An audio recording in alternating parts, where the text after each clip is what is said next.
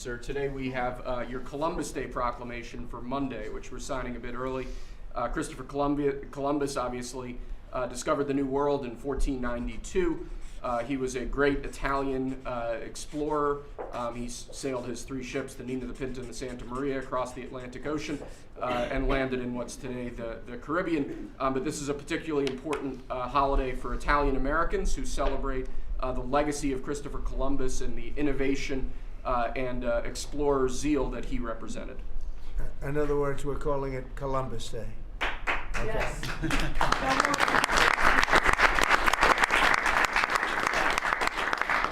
That was the press that broke out in applause.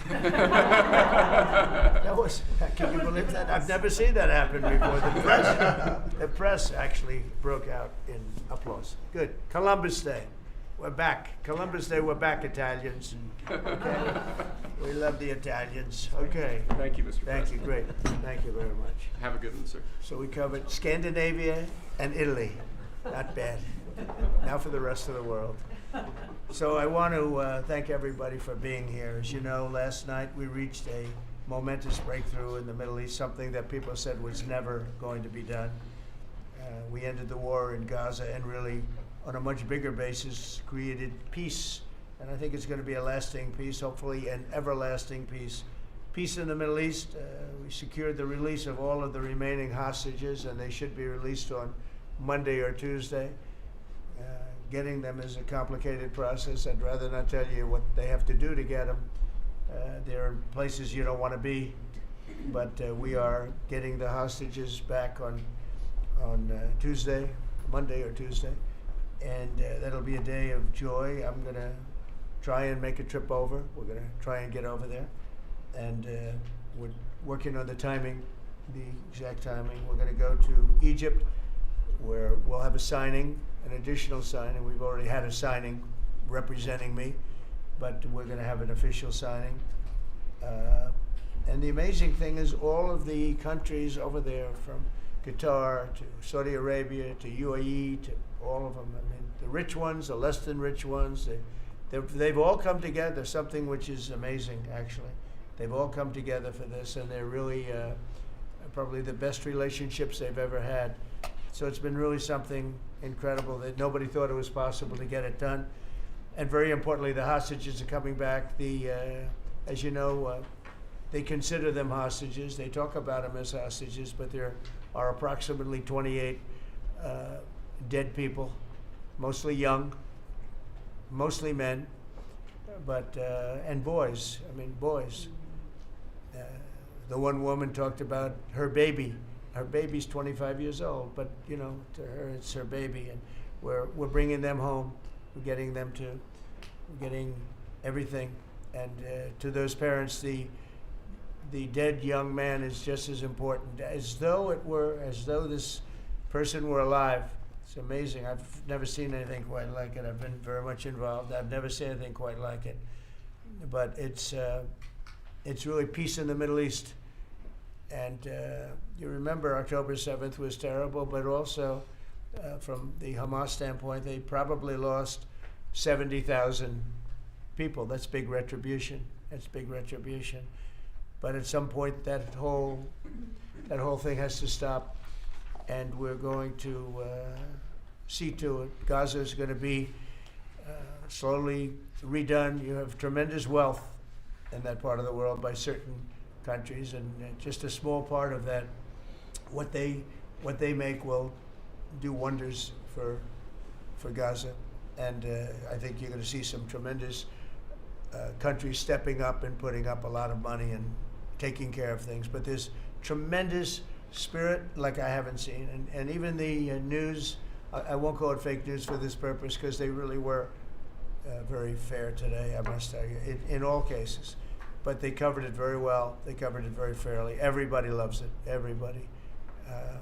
People that were never giving us a fair shake, frankly, they can't even believe it.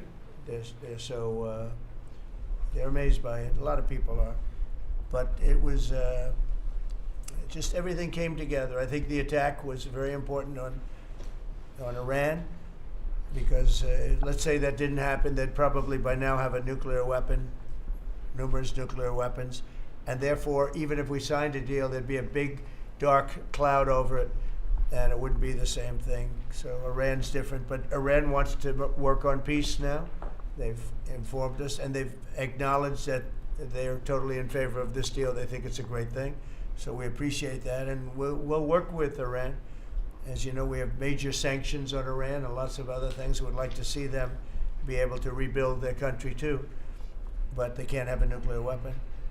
So I want to express my tremendous gratitude to the leaders of Qatar, Egypt, and Turkey for helping us reach this incredible day and for being there. They were there with us all the way. And of course, as you know, Saudi Arabia and Jordan and so many.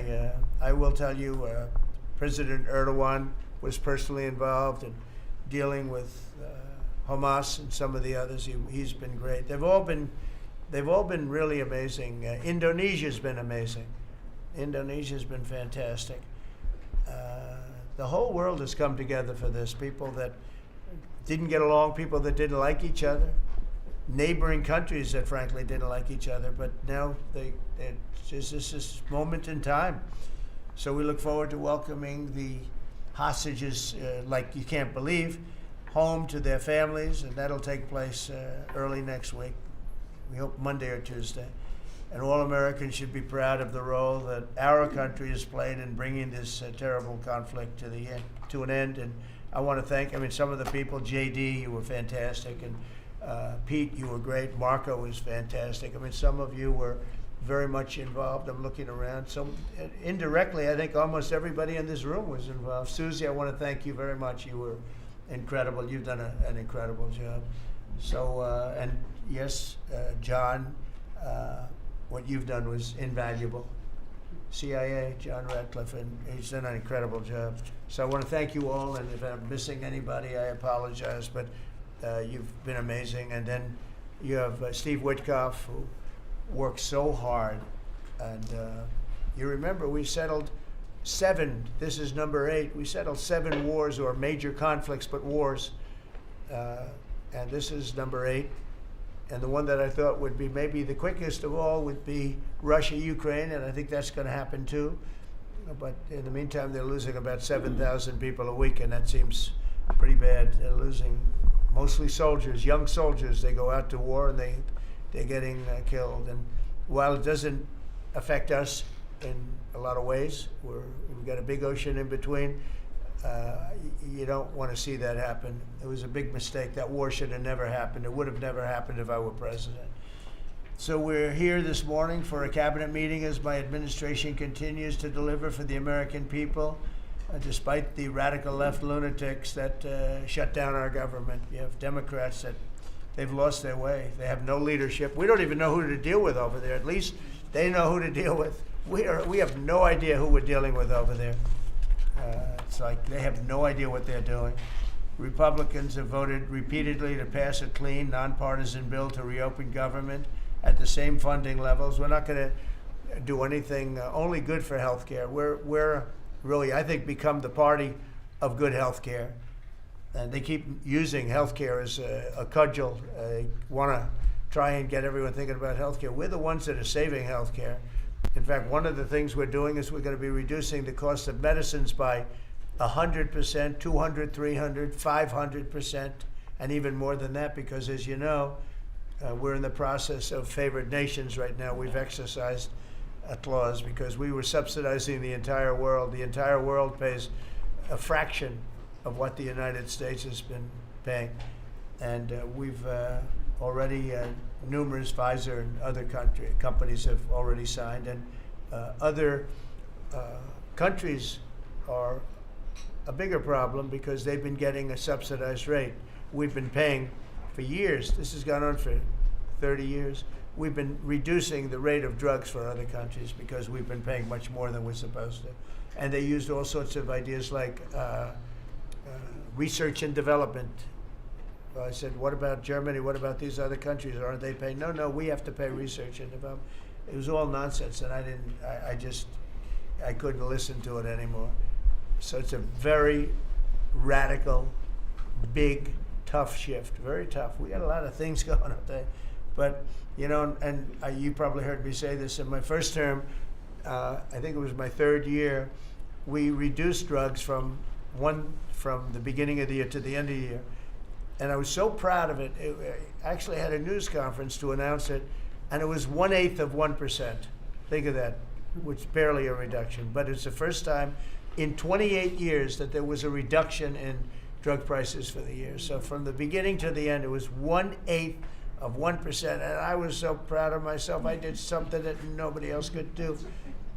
But when I started to think about it, I said, doesn't make sense. And then I'm starting to look at numbers where a pill or a treatment or some pharmaceutical product is selling in Europe for 10% of what we pay for in New York City or in any one of our places and cities, states. And then I see people leaving for other countries to go buy their pharmaceuticals, where they make journeys to various other countries, including Europe, where they got the best bargains of all. And I put an end to it. It's over. And now we're, you know, in major, I guess, disputes, but we're winning the disputes by a lot. With the countries, a couple of countries said, we won't do this. I said, well, it's unfair that we're paying 10%, and, you know, you're paying just a fraction of what we're paying for the same product made in the same plant. And they said, well, we're not going to do it. I said, that's okay. You don't have to do it. But I'm going to put a tariff of 9% or 7% or whatever the amount of money is. And I'm going to put a tariff on your country for the amount of money that you're taking advantage of us for. No, you can't. I said, yeah, I can do that. I'm going to do that. And they would immediately agree. And I'd make the tariff substantially more than the number we're talking about. And they would immediately agree. So we have the consent, I think, Bobby, of every country, essentially. They know that if they don't do it, we're going to put a tariff on for double the price, and then they're going to do it. So we never had that before. You never had anybody in here that knew what the hell they were doing, I'll be honest. It really it makes me angry.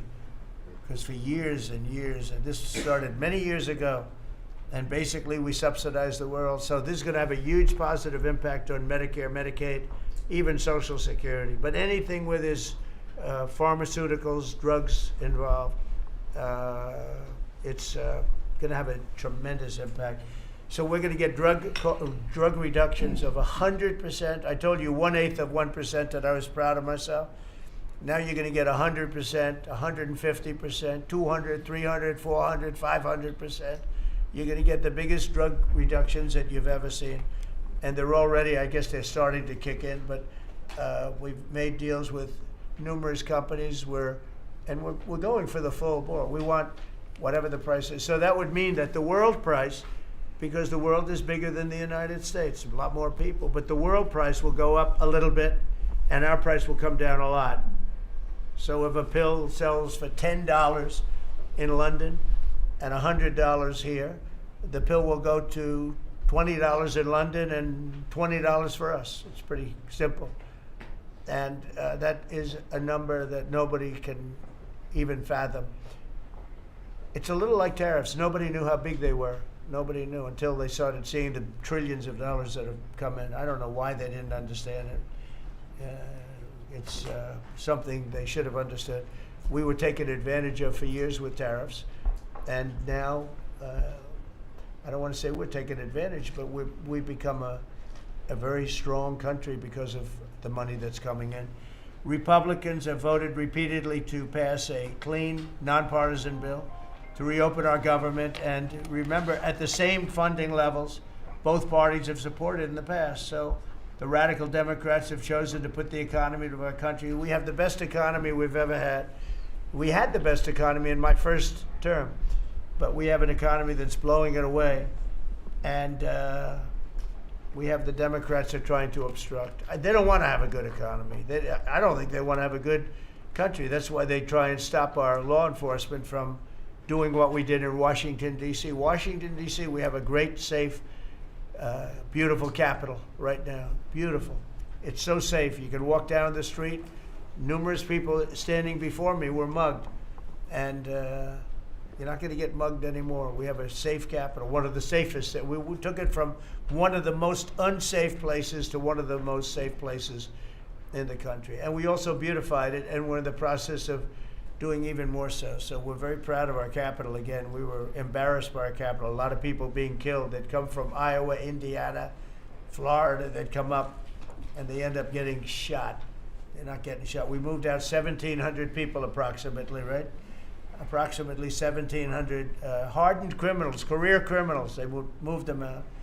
So Chuck Schumer and Hakeem Jeffries and the congressional Democrats are holding the entire federal government hostage. I will tell you, a lot of Democrats want to get this thing open too. They do. They're calling us, and they just want to get it open. And all we're doing is saying, just play the same thing until we get it straight. And they don't know how to go about it. I mean, and the problem is we really don't know who the hell is leading the Democrats. You have this AOC, I don't know her at all, but I watched her the other day. She said, well, if they want, they could come to my office. That's not leadership, you know. The only one that challenged her actually was Nancy Pelosi, and Nancy's not looking too good. I don't know what happened to Nancy, but she's not looking great. But she was the only one, I give her credit, she was the only one that challenged her. But AOC said that they can come to her office and negotiate, the Republicans. And we're saying, oh, I didn't know she was in leadership. But she's taking Hakeem Jeffries' place, and Schumer's afraid that she's going to run against him. And right now, I don't know, it can change, life is crazy, right? But right now he can't beat, I don't think he can beat anybody. So he'll lose in a primary. I would say he'll retire before he loses in a primary. So I think Schumer's going to retire because he can't beat anybody. His polls are so bad. Meanwhile, the Democrat shutdown is causing pain and suffering for hardworking Americans, including our military, our air traffic controllers, and impoverished mothers, people with young children, people that have to live not the greatest of lives.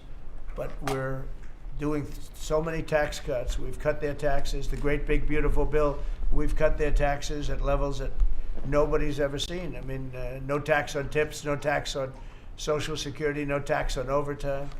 It's been a great thing for a lot of people. They're doing great. Despite all of the damage that it's caused, the shutdown has been, pretty damaging. I mean, it's not yet because it's early, but it gets a little bit worse as it goes along. And we'll be making cuts that will be permanent. And we're only going to cut Democrat programs. I hate to tell you. I guess that makes sense. But we're only cutting Democrat programs.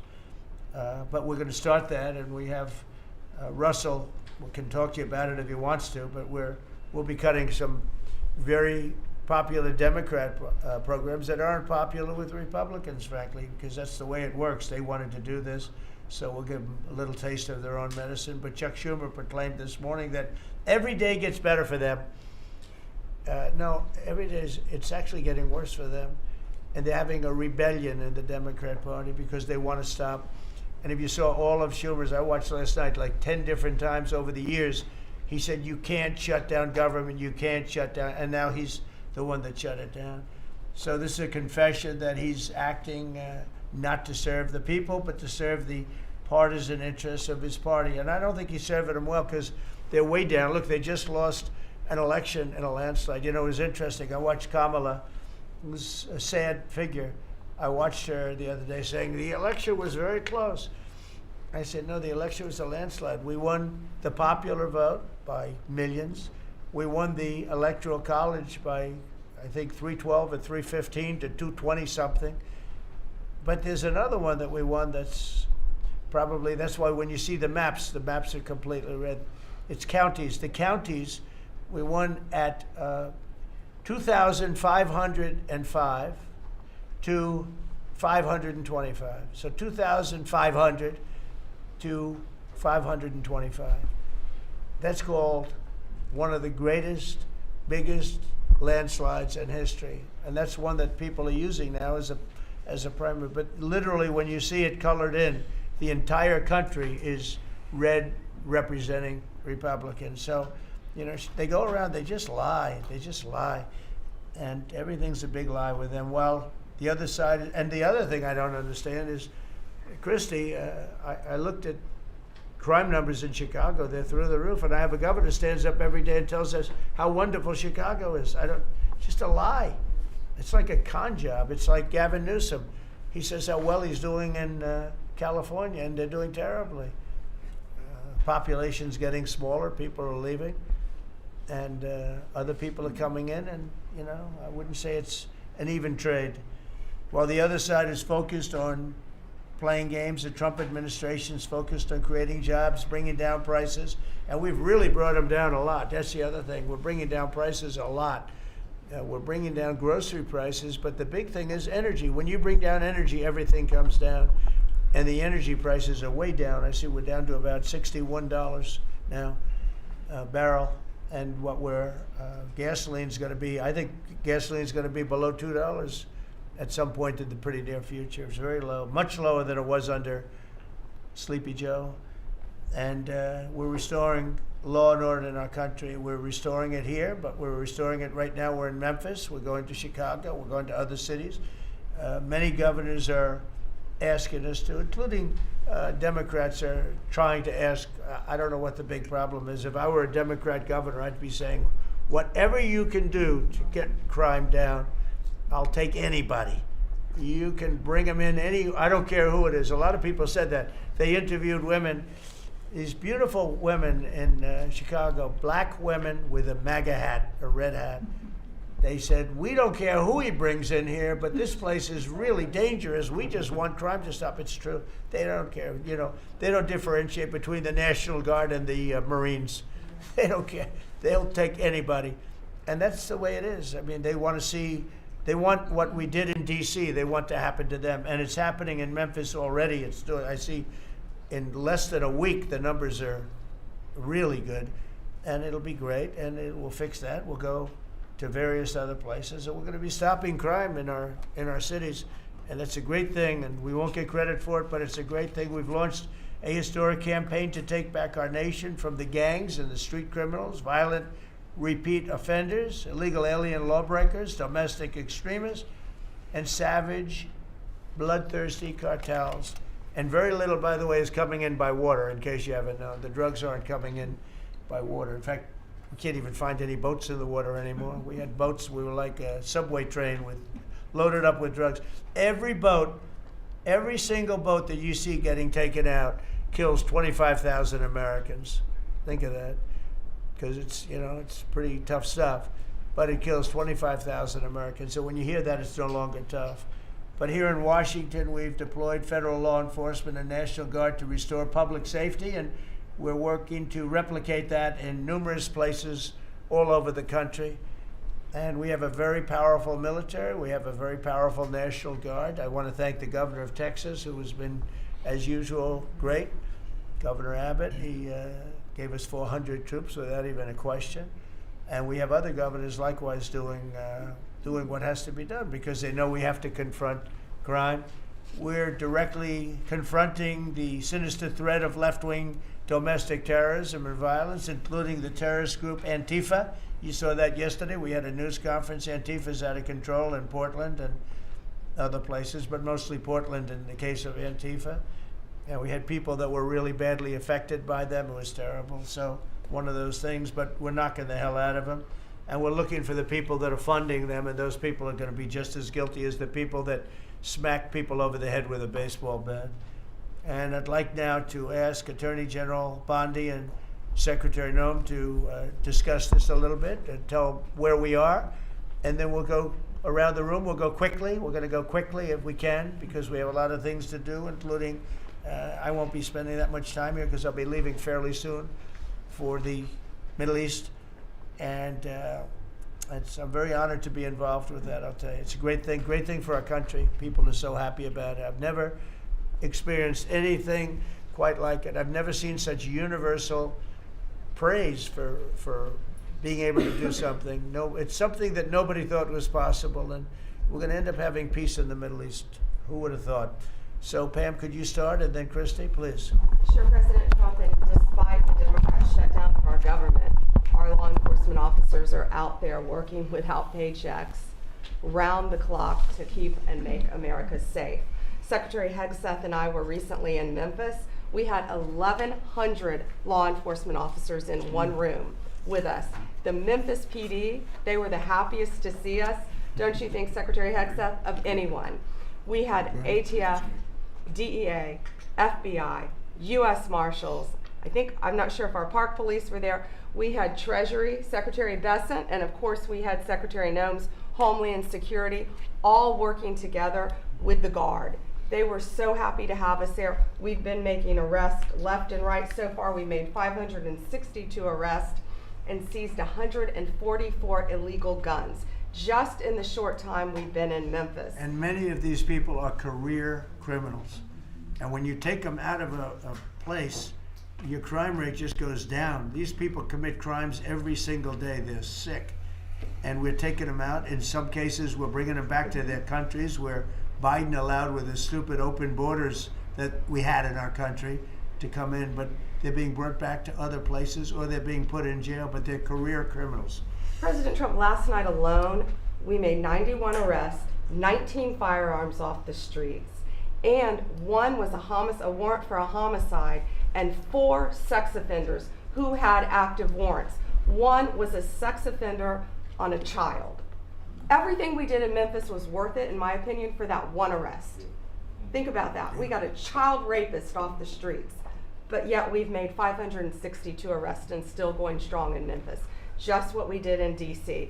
But it's because it's all of us. It's a team working for you to make America safe, all together, around the clock. Thank you very much. Thank you, Pam. Thank You're doing you, a great President job. Trump. And it's amazing that we're not getting cooperation from Democrats. It's like, it's a new issue. You know, we have all the old issues of the wall and the border and all of the things, men playing in women's sports, they still want that, transgender for everybody. All these issues are so crazy, but we have a new one. It's called crime. We stop crime, and they allow crime. They want crime. It doesn't make sense. I think it's as ridiculous as the other things that we talk about all the time. But I've added it onto our list, a 5-letter word called crime. We stop it, and they actually incite it. It's crazy. You would think they'd want them. You'd think they'd want Christy and Pam and all of the people. If we needed the military, Pete will be there. We've got a massive military. We have the best numbers we've ever had for recruitment. We have a lot of people now. We have people that can't get into them. In a great economy, they want to be soldiers again. A year ago, they didn't want to even think about it. Same thing as with police and firemen, everything. They want to join. They're proud of our country again. Christy, go ahead, please. Well, sir, thank you for your leadership and for deploying all of government to help us keep our country safe. You have talked extensively about how threatened our ICE officers are, but all of our law enforcement out there.